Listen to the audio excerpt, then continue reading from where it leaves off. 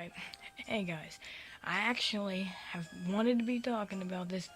theory I've had for quite some time. Now, as children, we've had all these phases where growing up we had all these ideas about what ifs and what nots, and I actually have this interesting theory that I've been having for quite some time, for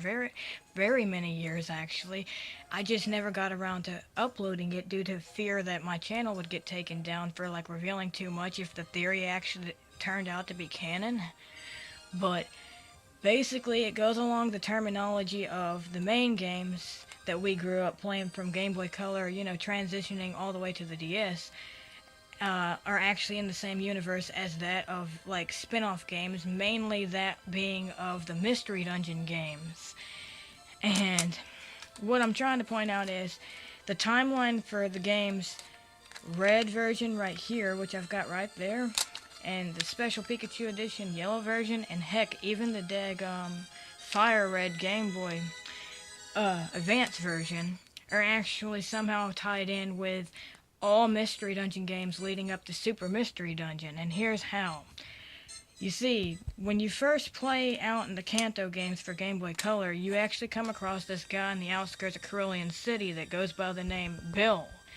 Now, those that have been collecting the Pokemon trading cards would have noted that on the card with Bill on it, it clearly states Pokemon Trainer Bill. And obviously, common knowledge says that Pokemon trainers are people that catch and train Pokemon to win badges. Now, I'm aware that in Sun and Moon there's no badges because they strayed away from the formula for new stuff to happen, since it's a completely new region altogether in general. But to stay on topic, the Pokemon that you end up finding in Silver version, which I now have here, which happens to actually be the one I first started playing back when I was a kid instead of Gen 1, believe it or not, as a fact of the day,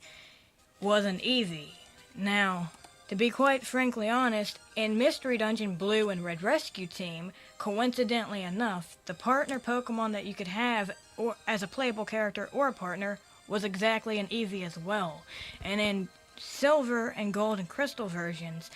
those were the games where you would meet Bill's mom and his sister, and he ends up having them hold on to an Eevee.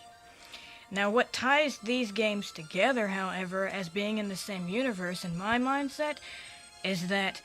Bill actually has a machine that ended up turning him into a Pokemon when he was working on the left pod, because during that time, a Pokemon walked up to the right pod and caused him to merge into what was a Clefairy. And to further point this out, when you go to talk to him in the Kanto games, like I said, red, blue, yellow, and green, especially in yellow version, because Pikachu's special reaction that it has to this, he ends up revealing that not only does he have his normal human mindset, but he's got the mind of a Pokemon, which clearly fits in with the Mystery Dungeon time settings and like the timeline, because in Mystery Dungeon you're a human and you remember being a human, but you're trapped in the body of a Pokemon, and his machine can do just that. So what I think it is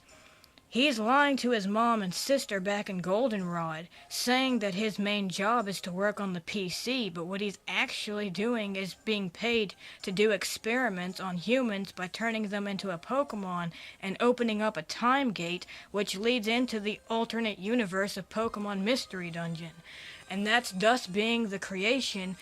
of the Mystery Dungeon series, that he's actually the mastermind behind it. But to hide the fact that this happens later on, sometime in a later scenario, you find out in the Fire Red game that the machine miraculously stops working, and coincidentally, when you start playing Super Mystery Dungeon, you can no longer go back to the human world. So my speculation is that he's the one doing this to you, and that Mystery Dungeon all along was nothing but a big giant experimentation. That they were just experimenting on humans, for profit. Which explains a lot, because in Red and Blue Rescue Team, you're saving the world from a meteorite. But then in freaking Explorers of Time, Sky, and, darkness coming before sky, of course, you're saving the world from like internal darkness and paralyzation to where the planet stops moving because of Primal Dialga and Darkrai. But then in Gates to Infinity, you're trying to save the world from negative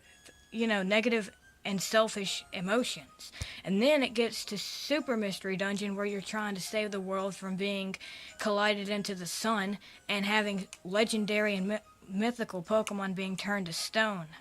which is quite interesting. So what I'm trying to say is this is all an experiment.